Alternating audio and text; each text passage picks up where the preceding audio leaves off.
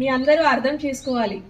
తెలంగాణ ప్రభుత్వం కానీ కేంద్ర ప్రభుత్వం కానీ అమ్మాయిల ఎడ్యుకేషన్ గురించి, హెల్త్ గురించి, ఓవరాల్ ఎంపవర్మెంట్ గురించి చాలా చాలా ఖర్చు పెట్టడము, చాలా విధానపరమైన నిర్ణయాలు కూడా తీసుకోవడం జరుగుతుంది. కాకపోతే sir, thank you for choosing this place sir.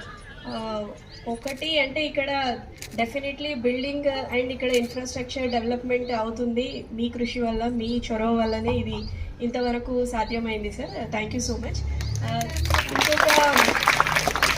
ఇంకొక విషయం సార్, అసలు అంటే coincidentally somehow for some reason sir, మనకి వేలేరు మండల్ జిల్లా మొత్తంలో జెండర్ రేషియో తీసుకుంటే అతి తక్కువ జెండర్ రేషియోతో ఉంది. సో ఇది మేము know that is not a positive sign.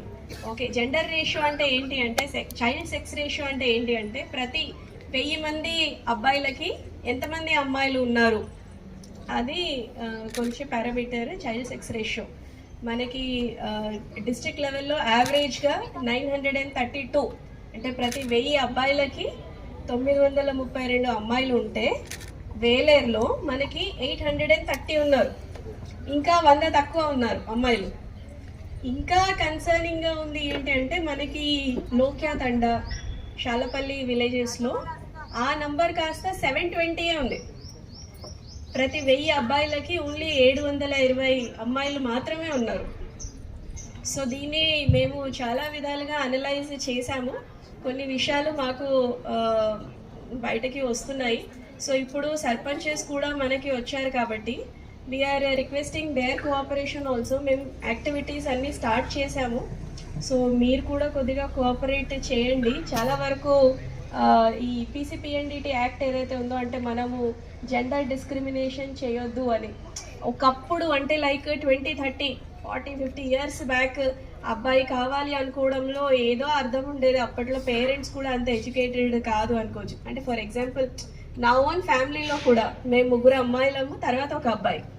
మా ఫాదర్కి చాలా స్ట్రాంగ్గా అబ్బాయి కావాలి అని ఉండే. సరే, దేవుడి దయ వల్ల అయింది. కానీ today he's more proud of his daughters than his son. So అంటే ఈవెన్ నిలబడి మనం మన పేరెంట్స్ని గర్వపడేలాగా చేస్తే ఏ అమ్మాయి కూడా ఏ తల్లిదండ్రులకు భారం కాదు. ఈరోజు కూడా నేను అంటే as a district collector senior citizen cases అన్నీ చూస్తూ ఉంటాను. అంటే తల్లిదండ్రులని కొడుకులు చూసుకోకుండా తల్లిదండ్రులు వాళ్ళ పైన కేసులు పెడుతూ ఉంటారు.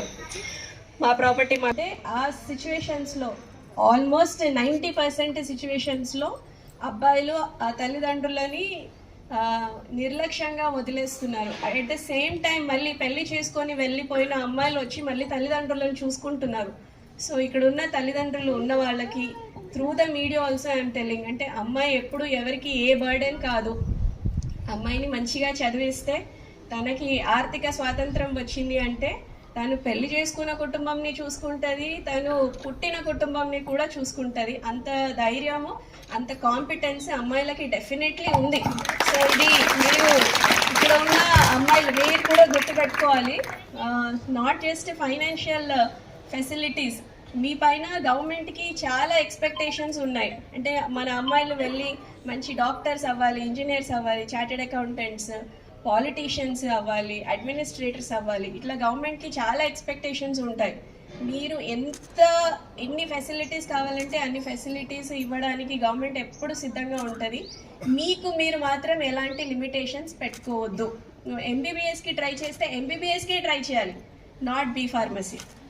ఓకే, ఎప్పుడైనా పెద్దగా గోల్స్ పెట్టుకోండి, పెద్దగా వాటిని సాధించడానికి ట్రై చేయాలి.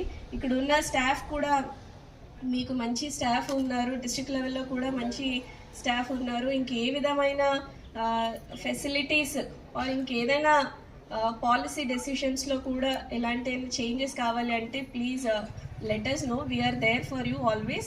Once again, thank you so much for this opportunity.